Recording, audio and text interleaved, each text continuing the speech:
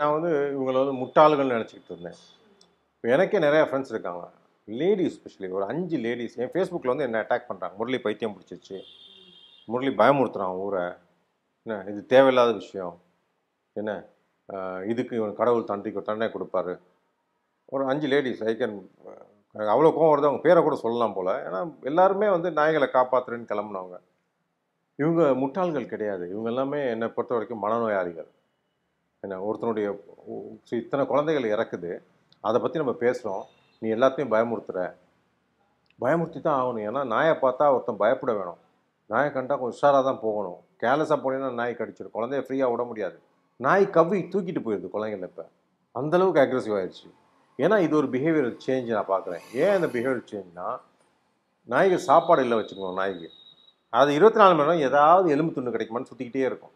அது கடிக்கிறதுக்கெல்லாம் டைமே இருக்காது. எந்த நாய் உங்களை கடிக்குன்னு பார்த்தீங்கன்னா, சோறு போட்டு வச்சுருக்காங்க பார்த்தீங்களா, தெருவோரம் போட்டு அது பெருகி போய் கிடக்குது. 2வது கருத்தில் பண்ணிடுறீங்க. அதுக்கு அந்த எக்ஸசைஸ்லாம் போயிடுச்சு. முன்னனா 5 நாயோட போராட்டம் பண்ணால் தான் அந்த பெண் நாயோட கூடலாம். அது விரட்டி தெரியும். அப்போ பார்த்தாலும் அந்த சீசன் வச்சு நாயே இருக்காது வீட்டு பக்கமாக, எல்லாம் எங்கேயோ போயிடும் பெண் நாயை தேடி. இப்போ அந்த ஃபங்க்ஷனே கிடையாது. ஸோ என்ன, அது சாப்பாடு நிறையா போட்டுறீங்க, கருத்தில் பண்ணிடுறீங்க. மற்ற நாய்களோடு சேர்றது கிடையாது, ஒரு இடத்துல இருக்குது. அதுக்கு எனர்ஜி ஜாஸ்தியாகும். அந்த எனர்ஜி அது வேஸ்ட் பண்ணும். அதனால தான் சும்மா வண்டியை துரத்துறது, என்ன 4 பேரை துரத்தி கடிக்கிறது, இதெல்லாம் அந்த எனர்ஜியை வேஸ்ட் பண்ணுது. ஃபார் எக்ஸாம்பிள், சிப்பிப்பாறை, கன்னி, கோம்பை, ராஜபாளையம் 4 தமிழ்நாட்டு நாய் வகைகள். மண்டை நாயின்னு ஒன்று இருக்குது. இதெல்லாமே பார்த்தீங்கன்னா காட் டாக்ஸ் இல்லை ஹண்டிங் டாக்ஸ். சிப்பிப்பாறை கன்னியெல்லாம் அப்படி ஸ்லீக்காக இருக்கும், ஒரு சீட்டா மாதிரி அப்படி பறந்து போவோம். அதெல்லாம் மான வேட்டாடுறதோ இல்லை முயல், அந்த காலம் அதுக்கு தான் யூஸ் பண்ணாங்க. இப்போ அதை கொண்டு அந்த அப்பார்ட்மெண்ட் வளர்த்தோம் வச்சுக்கோங்க, என்ன ஆகும்? அவ்வளோ எனர்ஜி இருக்கும். அவ்வளோ பெரிய நாய் அது, நல்லா பெருசாக வளரும். ராஜபாளையம்லாம் கொஞ்ச நாள் இருக்கும். அந்த பெருசாக அது எனர்ஜி வேஸ்ட் ஆகாமல் வீட்டில் இருக்கவங்கள கடிக்க ஆரம்பிச்சோம். ஸோ அந்த புரிதல் வேணும். இதை நீங்கள் வீட்டில் நாய் வளர்க்குறீங்களோ பூனை வளர்க்குறீங்களோ, அதெல்லாம் ஒரு சாக்ரிஃபைஸ். அதெல்லாம் இவங்களுக்கு நல்லா தெரியும். இவங்களுக்கெல்லாம் அப்படி இருந்தும் இந்த மாதிரி விஷயங்களை அவங்க கண்டுக்காமல் இருக்குது. என்ன கேட்டிங்கன்னா, அது ஒரு அப்சசிவாக அவங்க வந்து அளவுக்கு மீறி ஒரு அப்சஷன் தான் இந்த கண்ணை மறைக்குது அவங்களுக்கு. இப்போ நாய்ங்கிறனால இத்தனை பேர் வந்து ப்ரொடெஸ்ட் பண்றாங்க, எவ்வளவோ பேர் வந்து வாய்ஸ் ரைஸ் பண்றாங்க, எல்லாம் பண்றாங்க. இப்போ வரைக்கும் நம்ம பார்க்கும்போது எத்தனையோ இனம் வந்து அழிஞ்சிருக்கு. அது எதுக்குமே வாய்ஸ் கொடுக்க மாட்டேங்கிறாங்க. அது எல்லாமே வந்து அதோட எக்ஸ்டிங்ஷன் தேடி போகுது. அதோட என்டிவர் இதுதான் அப்படின்னு ஆகிற சுச்சுவேஷன்ல இருக்குங்கும் போது அதை தாண்டி இதை ஏன் ஸ்பெஷலாக பார்க்குறாங்க? இவங்களுக்கு அதை விட எதுவும் தெரியாது. as I said, no, there's gullible, they're innocent, they're idiotic. இவங்களுக்கு அதை மாதிரி தவிர எதுவுமே தெரியாது. ஏன்னா அது நாய் தான் ஃப்ரீயாக ஆக்சஸ் இருக்குது. இதே ஒரு குரங்கை எடுத்துகிட்டு வர சொல்லுங்கள், ஒரு கிளியை எடுத்துகிட்டு வந்தால் ஃபாரஸ்ட்காரன் வந்து கேஸ் போட்டு உள்ள தூக்கி வச்சுருவான், எடுக்க மாட்டாங்க. இதை தான் இந்தியாவுடைய கான்ஸ்டியூஷனை பற்றி பேசணும். நம்ம எவ்வளோ பியூட்டிஃபுல்லாக டிஃபைன்னா, பெட் அனிமல்ஸ் அவங்களுக்கு தெரியும். லைவ் ஸ்டாக் வெட்டி சாப்பிட்லாம், ஆடு மாடு கோழி பன்னி. 3வது பெர்ஃபார்மிங் அனிமல், சர்க்கஸில் இருக்க பெர்ஃபார்ம் பண்ண. ஒர்க்கிங் அனிமல்ஸ், வீட்டில் இருக்க பால் கறக்கும் பசு மாட்டுலேருந்து காலை வயலில் விழுகுது. 5வது வைல்ட் லைஃப். இதெல்லாம் அழகாக நம்ம ஆளுங்க அந்த காலத்திலே பிரிச்சுருக்காங்க. இது வந்து லேண்ட் ஆஃப் அஹிம்சா. அந்த காலத்தில் இந்த அனிமல் வெல்ஃபேர்ங்கிறது என்னென்னு பார்த்தீங்கன்னா, எல்லார் வீட்டுக்கு வாசல்லையும் ஒரு நாய் இருக்கும். அந்த நாய்க்கு காமனாக ஒரு பேர் மணின்னு இருக்கும். 95% இஸ் மணி தான். மணி வெள்ளை கலராக இருக்கும்னு நினைக்கிறேன். வெள்ளை கலர் கொஞ்சம் மவுஸ் ஜாஸ்தி, எல்லாம் வெள்ளை கலராக இல்லை. அது எங்கேருந்தோ வந்திருக்கும், குட்டியாக வந்திருக்கும், யாராவது போனால் விட்டு போயிருப்பாங்க. அதுக்கு வீட்டில் மிஞ்சி போடுறது தான் போடுவோம். அதுக்கு ஸ்பெஷலாக பெடிகிரி எல்லாம் போடுறதில்ல, மட்டன் சிக்கன்லாம் போடல. வாரத்துக்கு ஒரு வாட்டி வீட்டில் மட்டன் சிக்கன் பண்ணையில் அது கிடைக்கும். இல்லை அந்த மொய் தேவைன்னு ஒன்று இருக்குது. தட்ஸ் குட் பி காது குத்து, இல்லாட்டி ஒரு கல்யாணம் அன்றைக்கி எல்லாரையும் கூப்பிட்டு மட்டன்லாம் போடுவாங்க. என்ன அங்கே போயிடும் அந்த நாய். அதுதான் என்னுடைய நியூட்ரிஷியஸ் ஃபுட்டு. அந்த நாய் அங்கே இருக்கும், காக்கும் வீட்டை. ஹீட் சீசனில் அதாவது பெண் நாயை தேடி போயிடும், ஒரு 2 மணி நேரம் இருக்காது. மற்ற நாள் அங்கே தான் இருக்கும். அவங்க வீட்டை காக்கும், சோறு போட்டு நன்றி உள்ள நாயாக இருக்கும். திடீர்னு ஒரு நாளைக்கு என்ன, சில நாய்கள், எல்லா நாயும் இல்லை, ஒரு 2 சில நாய்கள் கடிக்க ஆரம்பிச்சிடும். வர்றவங்க கோழியை கடிக்கும், அது மாதிரி. ஸோ பிரச்சனை வரும். கோழியை கடிச்சிட்டா கோழிக்கு காசு கொடு, 100 ரூபா 150 ரூபா கோழிக்கு காசு கொடு அப்படிம்பாங்க. இல்லை ஆளை கடிச்சிட்டா அவங்களை கூட்டு போய் ஊசி போட்டு வைக்கணும். இதெல்லாம் பிரச்சனை வரும். பார்ப்பாங்க. அது ஊரில் ஒருத்தர் இருப்பார் இதுக்குன்னே. அவர் வந்து அவருக்கு ஏதோ சாராயத்துக்கு காசு கொடுப்பாங்க, குடிச்சிட்டு வந்து ஒரு சுருக்கை போட்டு மரத்தில் தூக்கி கொண்டுடுவார். நாயை காலி பண்ணிடுவார். இதுதான் அனிமல் வெல்ஃபேர். முடிஞ்சு போச்சு கதை. அப்புறம் கொஞ்ச நாள் கழிச்சு இன்னொரு மணி வந்து நிற்கும். ஏதாவது குட்டிய கதை, அது மணி அது வளர ஆரம்பிக்கும். இதுதான் அனிமல் வெல்ஃபேர். இதுதான் நாய்களுடைய. இந்த நாய்கள் பெருகுவதற்கு காரணமே நான் சொன்னது தான். இன்னைக்கு எடுத்துக்கிட்டிங்கன்னா சென்னையை பொறுத்த வரைக்கும் இத்தனை பிரியாணி கடை இருக்குது. எல்லா இடத்துலையும் கோழி கால் கிடைக்கும். இந்த நாய்களுக்கெல்லாம் பார்த்தீங்கன்னா ஒரு கோழி கால் கிடைச்சாலே போதும். ஸோ இதான் உங்களுக்கு அந்த புரிதல் கிடையாதுங்கிறது. ஏன்னா இந்த புளியை பற்றி கேளுங்க ஒன்றும் தெரியாது, பிளாங்காக இருப்பாங்க. யானையை பற்றி கேளுங்க ஒன்றும் தெரியாது. இவங்களை பொறுத்த வரைக்கும் அந்த நாய் தான் உலகம். அது என்னை பொறுத்த வரைக்கும் ஒரு மனநோயாளிகளாக தான் பார்க்குறேன் அவங்கள. இப்போ நம்ம இதை ஷெல்டர் பண்றோம் இல்ல ஸ்டெர்லைஸ் பண்றோம் இதெல்லாமே பண்ணிட்டோம்னா இதுவும் ஒரு அழிவு நோக்கி போற விலங்காதான கருதப்படும் அப்படி இல்லைங்களா? 6 கோடி நாய் இருக்கு. 6 கோடிங்கிறது huge population. And second I told you இது இன்வேசிவ் ஸ்பீசிஸ். சீமை கருவேலம். சீமை கருவேலம் அகற்றுறதுக்கு எவ்வளோ கஷ்டப்பட்டு தெரியுமா கவர்மெண்ட்டு, சென்னை இந்தியன் கவர்மெண்ட்டு. அதை நீங்கள் வேரோடு பிடுங்கி எடுக்கணும், இல்லை திரும்ப வளர்ந்துடும். ஸோ இந்த வருஷம் தமிழ்நாடு இருக்க சீமை கருவேலெல்லாம் பிடுங்கி எடுக்கணும்னா பல 100 கோடிகள் தேவைப்படும். அதுவும் அரசாங்கம் பண்ணுது. கொஞ்சம் வேற விட்டு வைப்பா, அப்போ தான் திரும்ப வளரும், அடுத்த வருஷமும் காசு வாங்க 100 கோடி பண்ணலாம். அப்படி தான் அவனுடைய திங்கிங். ஸோ அந்த சீமை கருவேலத்தை முற்றிலுமாக ஆகணும். அதே மாதிரி தான் நாயும். நீங்கள் முற்றிலுமாக எதையும் அழிக்கவே முடியாது.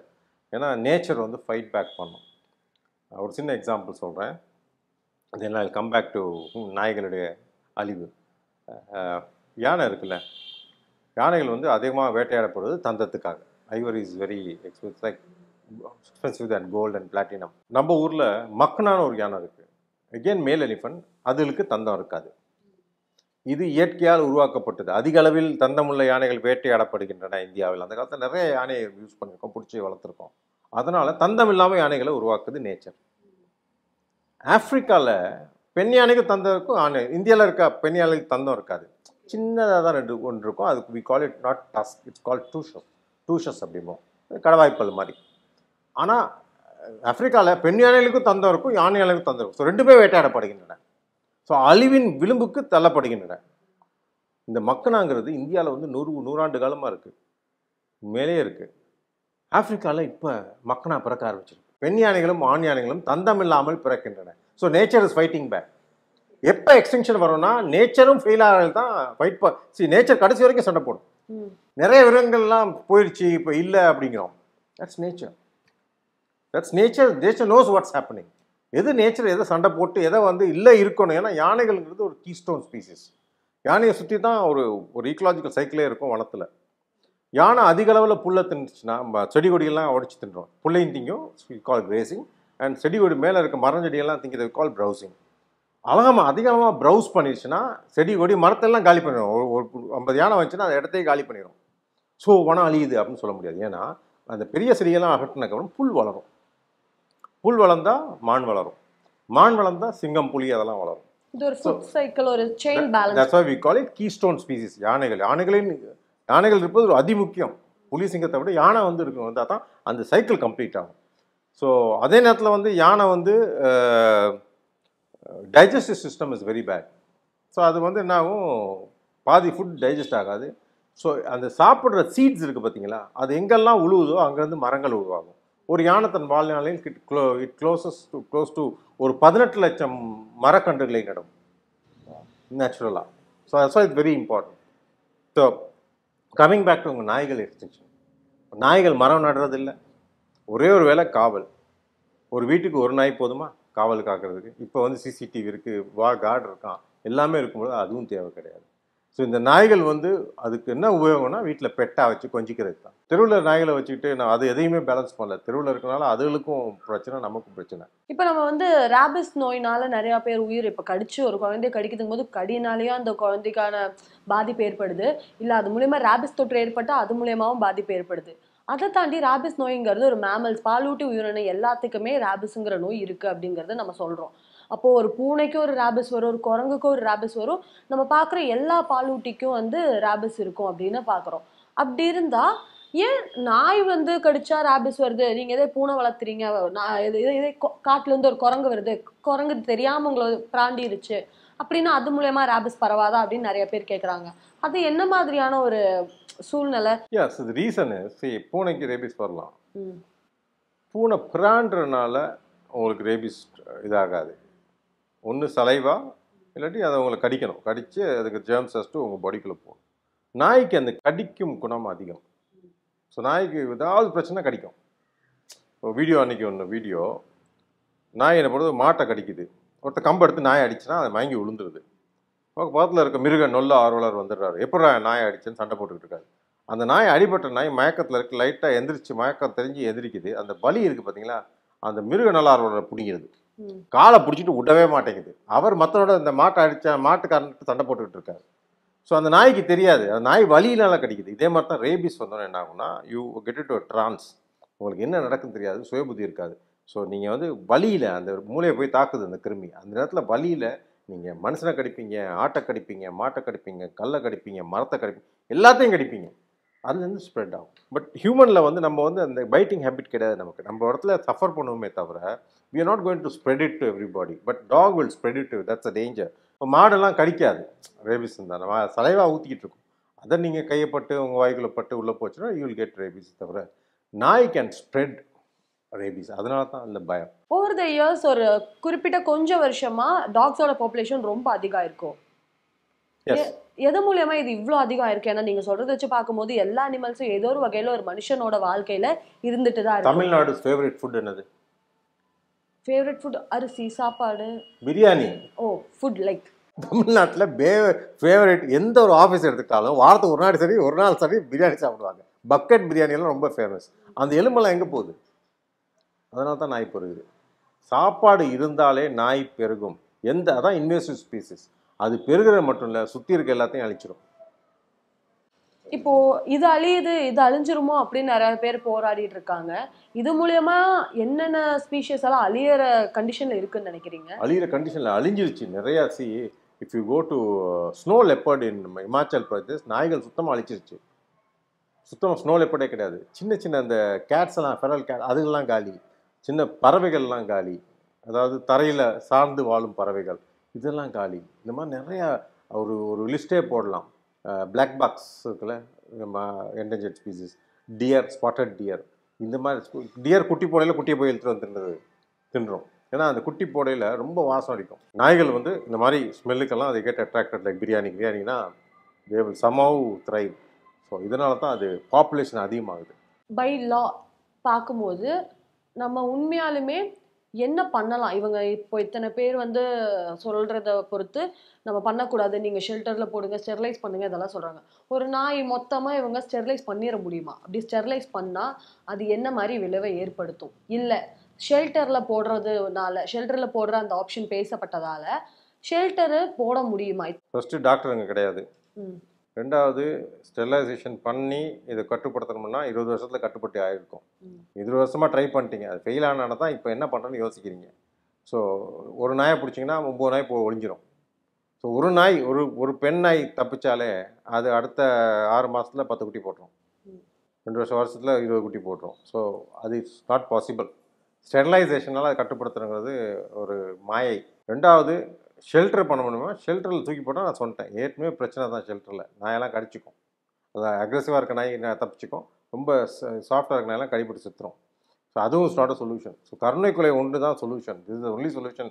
இதனால தான் அதை கஷ்டப்படுறாங்க டாக்டர், நீதியரசர்கள், அரசியல்வாதிகள். கொல்லலாமா வேணாமா? நம்ம வந்து நம்ம வி ஆர் சாஃப்ட் கண்ட்ரி, அஹிம்சா அதெல்லாம். பட் அஹிம்சாலையும் நம்ம என்ன பார்க்கணும்னா ஹைஜீன், சட்டத்தை பார்க்கணும், சுகாதாரம் பார்க்கணும், எது லாஜிக்கல்னு பார்க்கணும். இது மூணையும் நம்ம பார்த்தோம்னா நம்ம உருப்பட்டுருவோம். பட் நம்ம பார்க்க மாட்டோம்.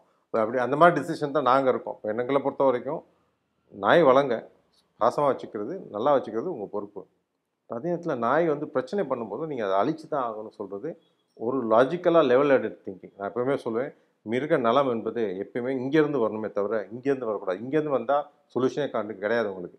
இங்கேருந்து வந்தால் அவ்வளோதான் உங்களுக்கு சொல்யூஷன் கிடைக்கும். என்னோட வம்சமே இதுதான், அடுத்த ஜென்ரேஷனே இதுதான் அப்படின்னு ஆசாசியாக பெற்று வளர்த்தின குழந்தை இறந்த ஒரு அப்பா அம்மாவுக்கு இந்த கோர்ட் ஆகட்டும், இல்லை நீங்கள் சொன்ன அந்த வாய்ஸ்ஃபுல் மைனாரிட்டி ஆகட்டும், என்ன பதில் சொல்ல போகிறாங்க?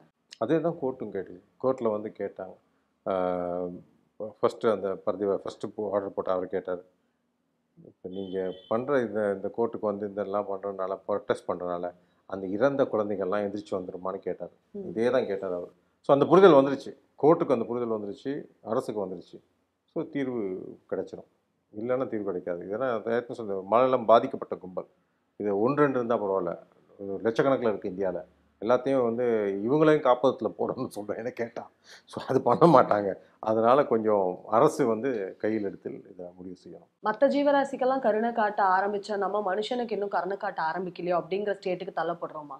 கண்டிப்பாக அது அங்கே தான் இருக்கோம் நம்ம. சரி, நம்ம வந்து எல்லாமே கொஞ்சம் கேட்டால் இந்தியா பாருங்கள், ரோட்டெலாம் பாருங்கள், சிறுநீர் கழிக்கிறாங்க, என்ன இஷ்டத்துக்கு எச்சு துப்புறாங்க. உங்களுக்கு அதெல்லாம் பிரச்சனையாக தெரியல, மலம் கூட கழிக்கிறாங்க.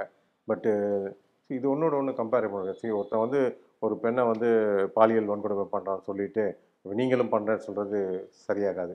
அவன் மட்டும் பண்ணுறானே, அவனுக்கு என்ன ரைட் இருக்குது, நானும் பண்ணுறேன், இல்லை நம்ம அண்ணா யூனிவர்சிட்டி ஞானசேகரன் நானும் இருப்பேன், அவன் இத்தனை பேர் என்ஜாய் பண்ணியிருக்கான், நான் அதுதான் முட்டாள்தனமான வாதங்கள். ஸோ இது வந்து அதாவது உண்மைக்கும் நீதிக்கும் முரணான வாதங்கள்.